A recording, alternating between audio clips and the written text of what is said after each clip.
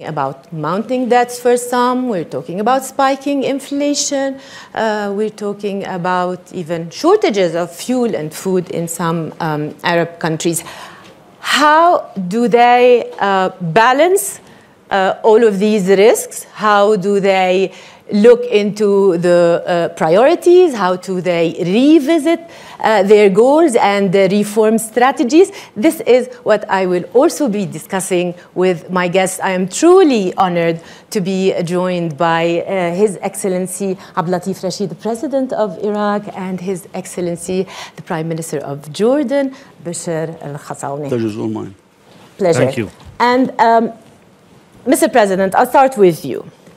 In its latest report on Iraq, the World Bank emphasized that record oil prices at the moment present this unique opportunity to pursue diversification goals and also address long-standing structural reforms. Let me start by asking you how the new political reality in Iraq can prove to be a solid foundation for that. Well, first of all, good evening, everybody.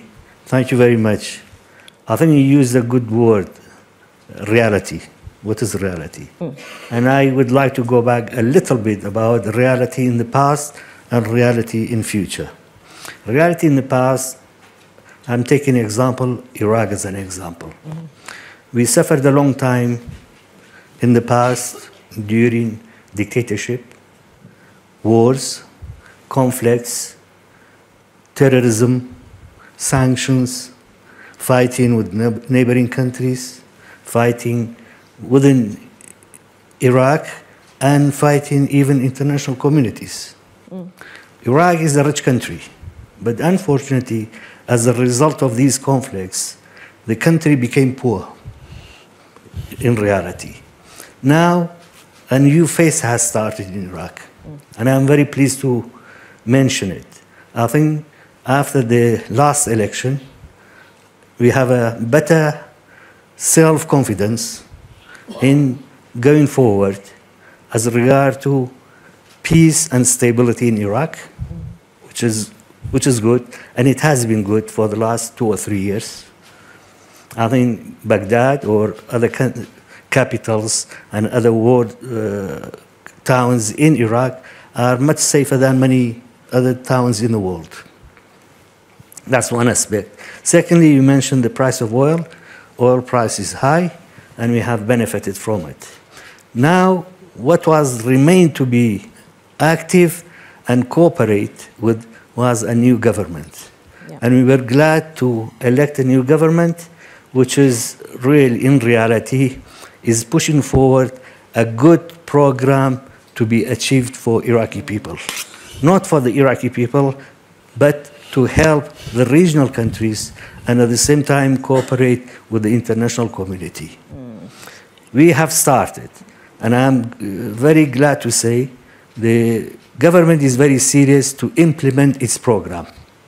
And until we solve the conflicts in Middle East by ourselves, without interference from outside, I think I will be a bit optimistic.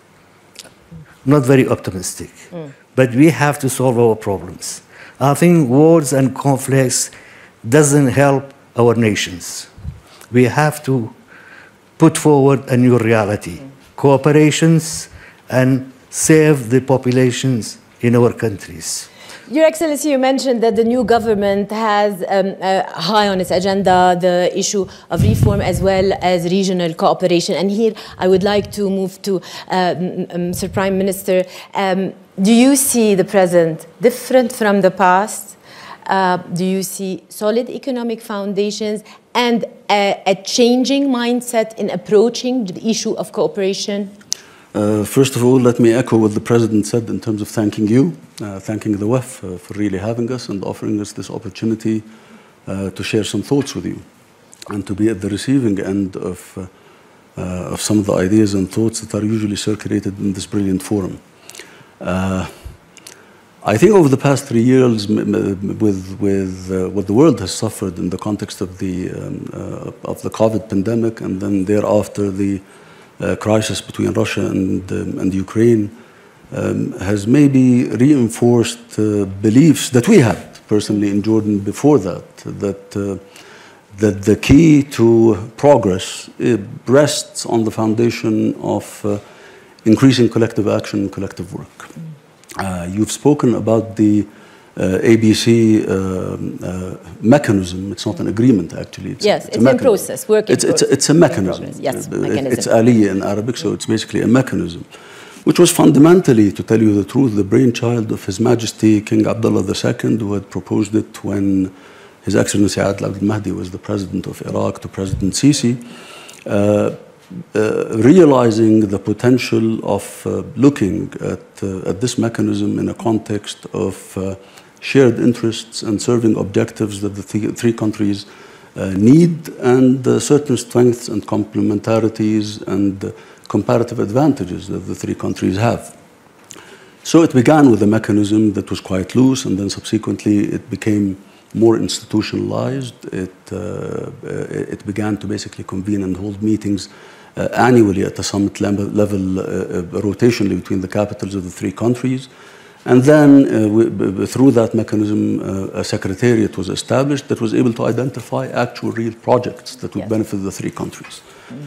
And from these projects, I can cite two projects: an industrial zone or city on the Jordanian-Iraqi border, and hopefully a pipeline that would carry Iraqi oil and gas from Basra through Jordanian territories into Aqaba and then onto Egypt, and to basically establish a lot of logistical hubs along the pathway and course of this line. And I think that anybody who knows about geopolitics would see the value of such projects to Iraq in terms of offering alternative outlets for the export of its oil and gas. Definitely. For Jordan, in terms of basically having the passage of a pipeline that's needed and that can meet some of the requests and needs of Jordan, the Jordanian economy, and really establishing centers of activity around it. And for our brothers in Egypt also to complement an effort that they have and that we partake in the context of the Eastern Mediterranean, in their arrangement with the Turks and with the Greeks, in our mechanism with also Turkey and Greece, and in the context maybe in the future when we see comprehensive peace in the region in terms of linking with the Eastern Mediterranean energy club that was established recently. And all those synergies are fundamental and essential to the advancement of the economies of the region, and they meet the needs and challenges that respective countries face. It's quite sad and ironic that when we look at the inter-Arab trade, for example, and investment, and after the Arab League was founded in 1945, we see that inter-Arab trade, despite the fact that we have a free trade Arab agreement, does not exceed 13% of the total volume of Arab countries' trade. So there's a serious deficiency in that aspect. While, and I'd like to use this example, in Europe it started with the modest interest of coal and steel, which has evolved almost into a full unity on the economic front, with what also now reached the height of approaching a unity even on a unified foreign and defense policy issues. While we basically did not succeed in doing so, because I think we began quite big at a macro level rather than following incremental small steps that would have led to larger integration. His Majesty had advocated this idea before the advent of COVID. This is when the ABC actually started. Yes. But I think it's only reinforced as a need and as a requirement after COVID. It's not done in isolation and separation, and it's a mechanism that we always said is one that's open to other countries who might be interested and who can offer a certain angle and advantage from those linkages that are predicated on the strengths and comparative advantages of each and every country. I want to thank you, Prime Minister, because here now you listed several main points that we're going to be discussing. You mentioned the energy sector.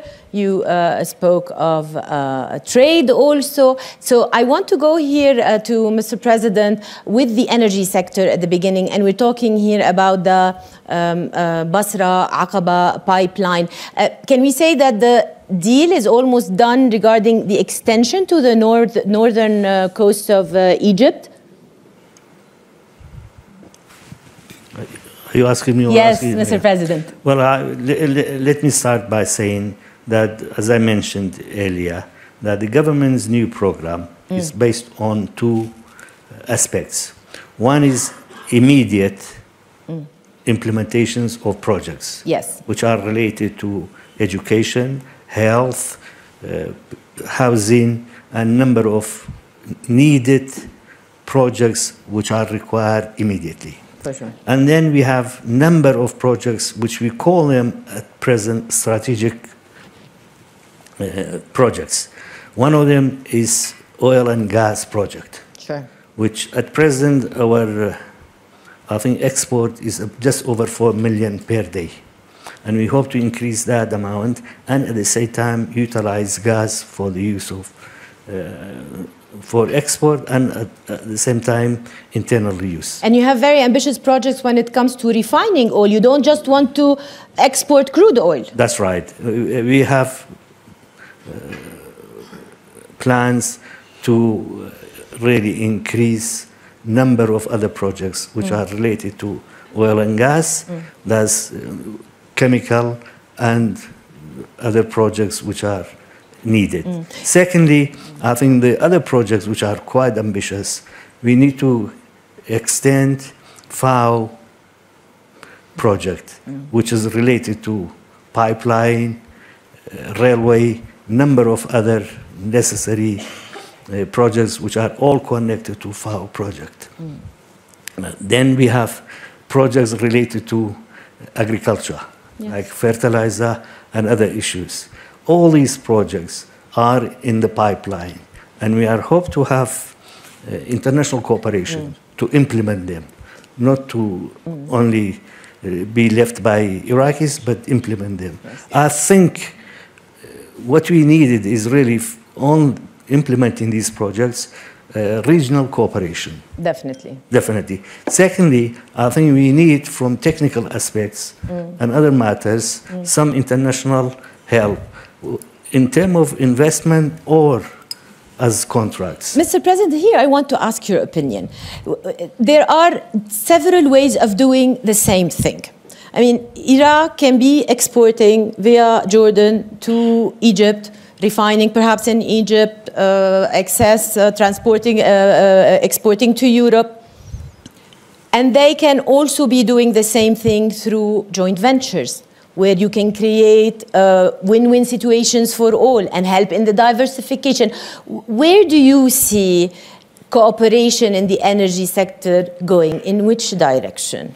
I think in every direction, cooperation. We need cooperation. At present, we have cooperation with some large oil and gas companies, with the multinational companies which are working in Iraq. And I think this can be extended and expanded for regional countries and at the same time share the benefit of these projects among ourselves. Exactly. We are connected to sea in the south, and at the same time, we are very near to Europe in the north.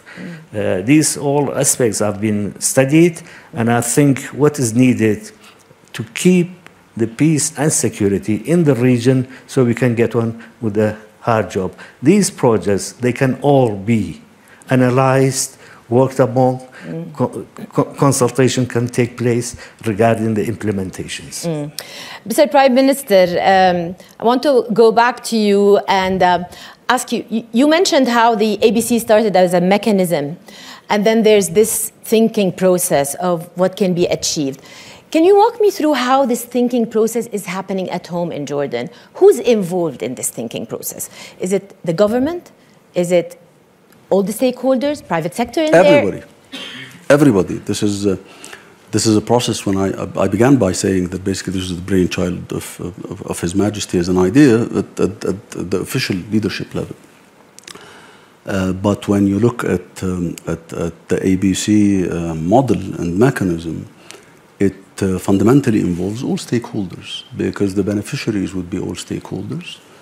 Your implementation tool is all stakeholders. And inherently and organically, those are not always necessarily the arms of the state and government.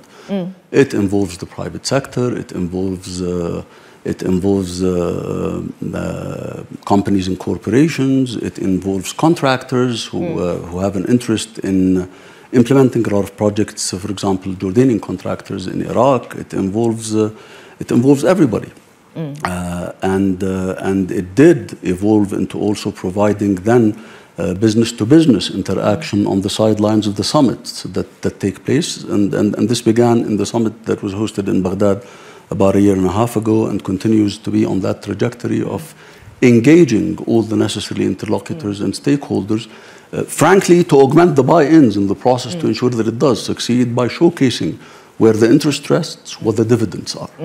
And the dividends are practically infinite on that front in the field of cooperation in pharmaceuticals, ICT, industry, trade, energy. And I had the honor of basically participating in the inauguration of laying the foundations of the stone for the establishment of a conversion electricity point that would ensure the intake of some of the Jordanian excess electricity into Iraq back in October, which is part and parcel of the inter-electricity connection that we have in the region, that we already have with Egypt and that we have with Saudi Arabia and with the GCC. It involves, frankly, everybody. And the ABC does not exist in a void, as I mentioned before. It's a mechanism that's open for all interested parties in the Arab world. Prime Minister. But over and above, you can see that the emergence, particularly after COVID, of other similar regional mechanisms. So basically, there's another effort of industrial integration that was launched by our brethren in the United Arab Emirates that also involves Jordan and Egypt, and then the Kingdom of Bahrain joined that particular mechanism, which began with the seed of looking at industrial integration and complementarities, but with the view of expanding that beyond to other sectors of interest. And as I mentioned, we do also have other regional mechanisms and arrangements that are in place, whether in Jordan or in the region. We have an arrangement with Cyprus and Greece in the context of an informal mechanism, but that also meets regularly, that explores and examines avenues of cooperation, particularly in the field of energy and gas in the Eastern Mediterranean. This also involves all of the stakeholders. Yes. The way forward is to increase the interests and buy-ins of all stakeholders. We genuinely and strongly believe that you can only hedge against the unexpected by organizing in the context of groupings. Whether the groupings begin in limited-sized groupings or expand then to become something that is covered by the umbrella of a regional organization or maybe an international organization of sorts. I'm holding this because you said, and I quote recently, we don't have the luxury not to empower the private sector or the luxury of putting hurdles in the face of investors. Let me talk about the industrial zones we're talking about here.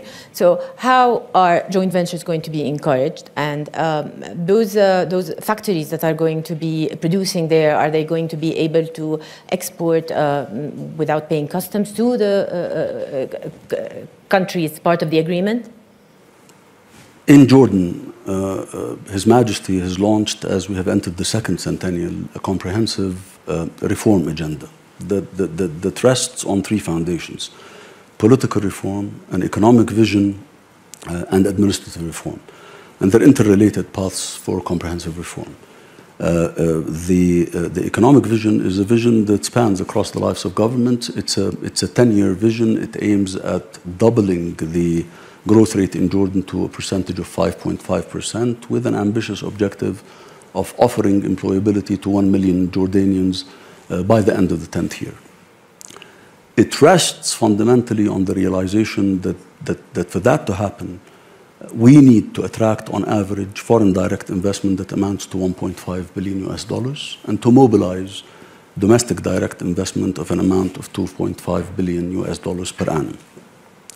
Now, in order to do so, we had to revolutionize our normative framework and regulatory framework for investment, and that is why we enacted a new investment law that offers tax breaks, that offers even exemptions from income tax for labor-intensive projects, for projects that are earmarked and directed to areas outside urban concentrations to ensure the development of those particular areas with sweeping tax exemptions and the ability and customs and duties and all associated fees. We have also embarked on structural reforms aimed at the electricity sector to allow us to basically cushion and lower the prices of electricity, which is a challenge in Jordan, to productive sectors, including the industry and including the commercial enterprises and hospitals and tourism facilities. But we also have an ecosystem that so far we have not been able to completely make use of. We have a free trade agreement with the US that's quite liberal, that allows any business in Jordan that manufactures to export to the US market, which is quite vast, and to be accorded like product treatment in the US markets and in Canada, in addition to the broad array of free trade agreements that we have with other countries. And this gives us an advantage, gives others also the advantage to basically really make good on their investments in Jordan by ensuring safe IRRs for them and generating the legitimate profit that they would accrue as a result of investing in Jordan, while at the same time assisting us in creating employment opportunities and to become a hub for various types of activity in the region, including renewable energy, clean energy, green hydrogen, ammonia, and indeed tourism in all its facets, including medical tourism. Here I'd like to go to Mr. President, and the Prime Minister was just talking about the ambitious 10-year plan in Jordan. They want to attract $41 billion in FDIs. And I want to ask you about the current financial situation in the world. And when you look at these tight conditions, where do you see appetite for Arab cooperation projects, to invest in these projects? And do you think that any capital that is going to either region will be sensitive to ESG considerations? The Prime Minister was mentioning also clean energy projects. And how does that play into your thinking when you are designing potential projects of cooperation or potential integration? Well, I think that's very important. I think that depends on each country, really, how they go about it. I think in Iraq, we are lucky that we have capital, enough capital. I think we are the only country in the Middle East to have reserve rather than borrowing money. And that's very helpful for our economy. And that's why we have started taking long-term strategic planning for our development and for our future projects. Regarding the cooperation, I think cooperation is absolutely necessary between all the countries because we are already. I'll give you one example. Excuse me. For instance, water. Yes. Maybe I'll ask for a glass of water. No, it's water. Okay. Yes, yeah. Regarding water, we get most of our water from our neighboring countries. Yes. And if we don't have full cooperation, we lack of water in Iraq. So this is absolutely necessary. That's one example. So. The other examples is we have, in many cases, we have. I'll go for you, don't worry. Huh? I'll help you with that.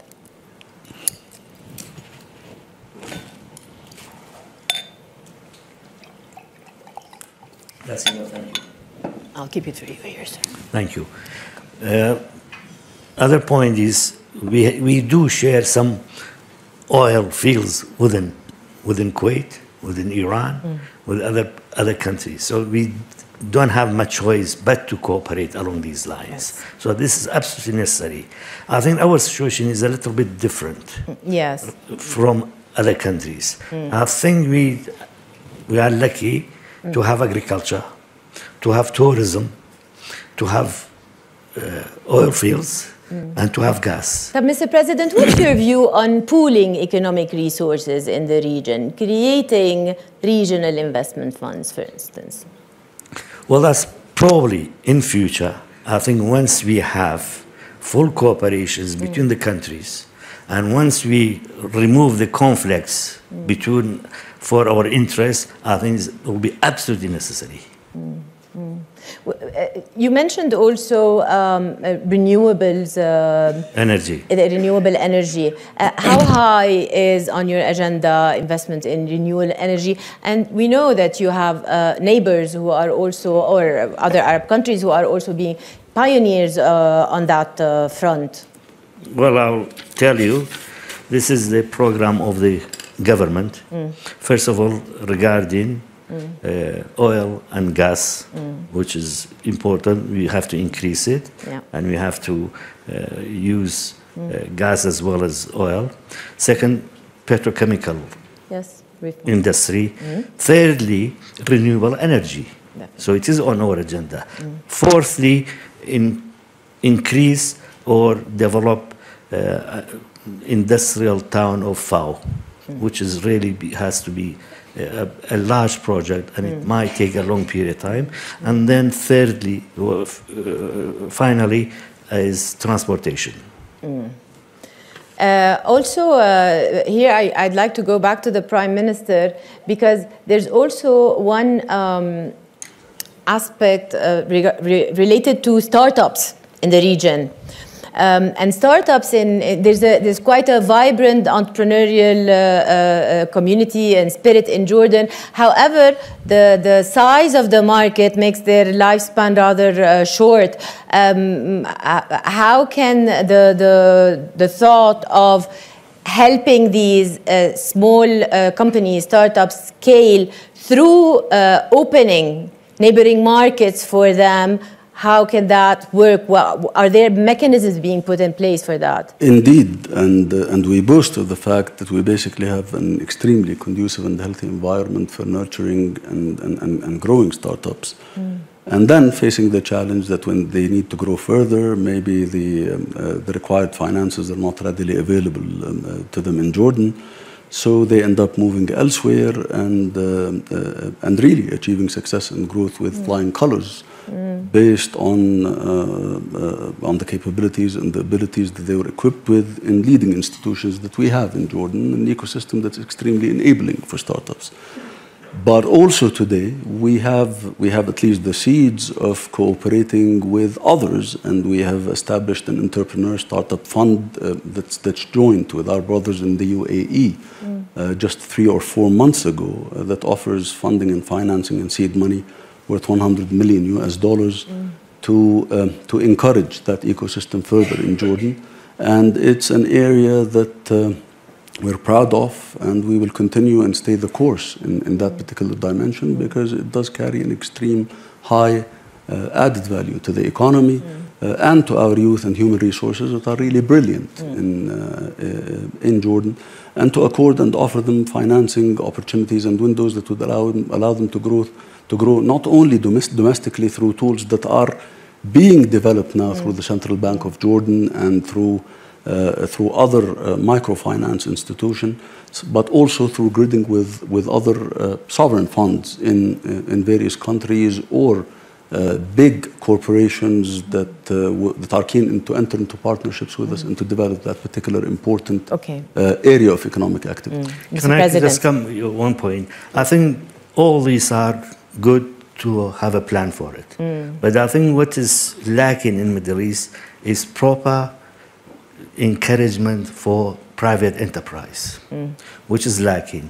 And we face large number of graduates leaving school. And in many countries, still in the Middle East, all their ambition is to work for the government, because lack of private opportunities in the country, and which cause really large funds to be allocated for salaries and wages, and at the same time will not produce much for the economy. But Mr. President, how realistic is it now to go deep into a public sector reform, given the living conditions? I mean, Here in Jordan, you have that on the agenda, but I mean, your new budget still sees some increase in allocations for bodies in the plug. There is a reality here. So I want to hear your view on that, Mr. President. And I'll come back on that if you Yes. Sorry, you asking me? Yeah, I'm asking both of you. The reality is, I think we have to modernize some of our financial laws, which is very important. Then at the same time, banking rules and regulations. Yes. And furthermore, government help to encourage private enterprise. I think at present all these are lacking. In Iraq, which are the sectors that you think have the potential to absorb all this new working force, all these graduates? I would like to point out, in Iraq, I think until 2003, we had at least 10,000 small factories, manufacturing, working place, production lines. Since 2003, they have all been closed down. Yes. And yet, the labor force in these countries are still receiving wages from them. This is a large cost. Instead, we can easily open these manufacturers and industrial workshop in a short period of time. And this is the plan of the government. I think we have started some banking rules and regulations to help private enterprise in Iraq, as well as strategic projects and other projects. So on the financial sector, I think there's a lot of room also with cooperation with other Arab countries. We know, for instance, that the Jordanians have a good presence in terms of banking in Iraq, for instance. This could be a good area of cooperation, correct? Well, we are cooperating with Jordan, yes, on a number of issues, and we have always been cooperating with Jordans. That hasn't stopped. We are cooperating with Turkey. We are cooperating, used to cooperate with Syria a lot. So our cooperation hasn't stopped. I think our import from Turkey sometimes reach 20-25 billion a year. That's only import from Turkey, apart from others. No, this is important, but I think encouraging private enterprise must be the priority of many countries in the Middle East. Prime Minister, I think you wanted to comment here. Yes, and with the permission of the President, I may be forced to transgress a little bit on his time. Public sector reform is the third tier of reform in Jordan. And definitionally, it does not entail necessarily large-scale layoffs. Our public sector reform plan does not actually entail any layoffs. They entail process re-engineering, they entail facilitation of processes in the interface between the citizen and the private sector to render the public sector more citizen-centric in terms of the services and the efficient services that it provides, and moving in the direction, of course, of digitizing the interface to minimize petty corruption and to also ensure the facilitation of the processes of the interface and the interaction of the citizen with the governmental institutions, with the public sector, and the same goes to the business sector. It's an enabler in many ways for the economic activity, for the realization of the economic vision. Jordan is different from Iraq in the sense that we don't have the natural resources that Iraq has. And we have the financing challenges and needs, and this is why we look at other sectors. We look at basically revamping the vocational training, the vocational education dimension, where we can provide and furnish not only the local Jordanian market with trained vocational training graduates, but also the regional markets and the global markets beyond. We're looking at other sections such as, or sectors such as business processing outsourcing, and this is one area where we focus on because this creates a lot of jobs and creates added value to the economy. Same applies to data centers, and we're trying to basically establish an ecosystem that attracts such data centers to Jordan. Over and above to basically what we call today creative industries, including cinematography, and we have an abundance of areas that have attracted the attention of of large productions in the field of cinematography to basically operate in Jordan, but also to transfer knowledge in a context that would enable us to graduate people who are experts in those fields of creative industries, such as cinematography, but there are other areas, including e-gaming and all other walks of activities that can be extremely, extremely helpful and that can be exported to the region. And we see a lot of Jordanian talent that worked on major productions today go in the direction of assisting other neighboring countries who began to become the theaters of shooting certain big films and big productions in their territories. So today we have shortages in Jordan in terms of Jordanians who have become experts as a result of Jordan being a destination to some of those creative industries. Field of pharmaceuticals in Jordan is quite leading and branching out to countries in and around the region.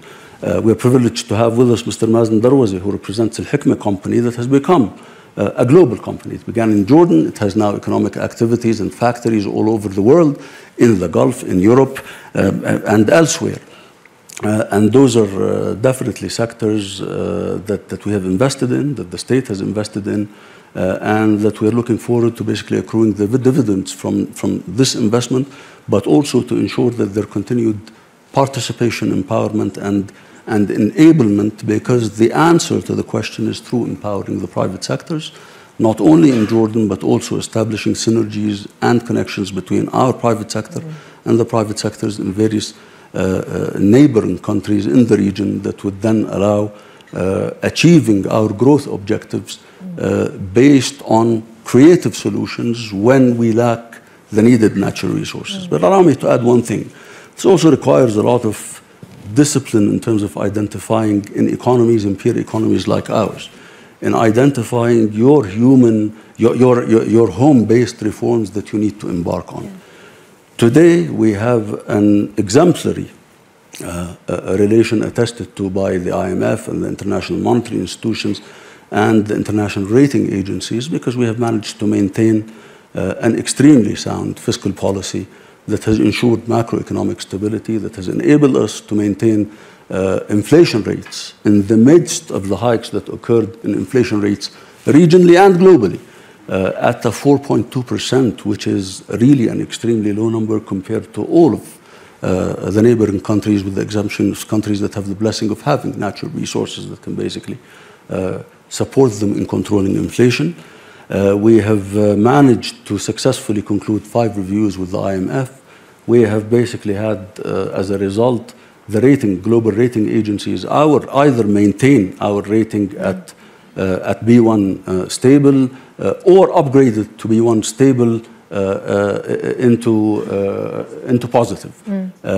All of that was a result of a prudent policy that saw a commitment to deep structural reforms, including phasing out from subsidies that were stifling to us, and including going in the direction of introducing reforms in sectors such as the electricity tariff to allow competitiveness in the sector, and in the coming future looking at basically at a plan that would ensure a water sustainability plan that would ensure also reform in that particular dimension, and that would require a need, and we're basically bidding for that, synergies, cooperation and partnerships with the private sector. And we're working now on the major desalination plan and national conveyor project in Jordan that is in the process currently of being prepared for final bids, that would ensure the supply of 300 million additional cubic meters of water to Jordan per annum, with interested parties through a competitive process, but also with expressed interest by many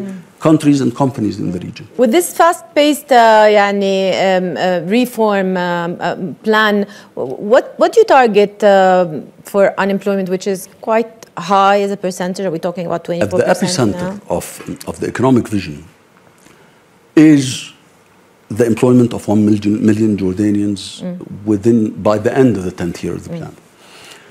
Because today, on average, we export to the labor market around 100,000 young gentlemen and women and ladies. The public sector doesn't have the ability to absorb, under the best of conditions, more than 15,000. Private sector, during the days in which our growth rate stood at around 6%, was not able to provide more than 25,000. And the key to that is really encouraging the private sector and encouraging the flow of foreign direct investment and domestic direct investment. And this is why we're revolutionizing the investment landscape in Jordan to make it extremely, extremely attractive. In Jordan, we have that macroeconomic fiscal stability that is attested to by the entire world. Yes. And thank God and to the wisdom of our leadership in Jordan, we have also the political stability that is also one attracting factor and that we boast of, and we will stay the course on that. Mr. President, the Prime Minister mentioned looking and searching always for creative solutions. Now, Iraq has since the 70s like over 20 bilateral trade and economic agreements with other Arab countries. Is it time to look at upgrading these agreements creatively? And what does that mean for you? No, I fully agree with you. But to be quite honest, this government is not responsible for the previous, I mean, I'm talking about the 70s or 80s agreements. Now we have started conducting a campaign, really, and we are visiting a number of places which we have had agreements with them, and we are reviewing these agreements, and we are also pushing for new agreements with these countries. I think our Prime Minister has already visited a number of European countries, and I have visited a number of Arab countries, and we are talking about these issues on almost on daily basis. And we are receiving large number of delegations from all over the world on daily basis, because I think our projects are very ambitious, and hopefully it will help the economy of the entire region. We would like to have a place, and to share it with others. Because we, at present, as I mentioned, we share number of resources with other countries, and we are all interconnected. And I think the sooner we have a better understanding among ourselves and to work for the benefit of the population in the area, better. And we have to sort of compromise between the conflicts and the stability of the region. I really wanted to open the floor for questions, but I guess our audience will have to ask you outside the hall, because we've used our time. I think the main takeaway is that perhaps going forward, we need to stress on the transactional perspective when it comes to growing this Arab momentum for cooperation and eventually, hopefully, integration. Thank you very much for attending here in Davos, in the Congress Center, and thank you, dear viewers, for watching us live on television in this session developed jointly by Asharq News and the World Economic Forum. Thank you very much, Mr. President. Thank you very much, Mr. Prime Minister. Thank you so much. دمتم بخير وإلى اللقاء. Thank you.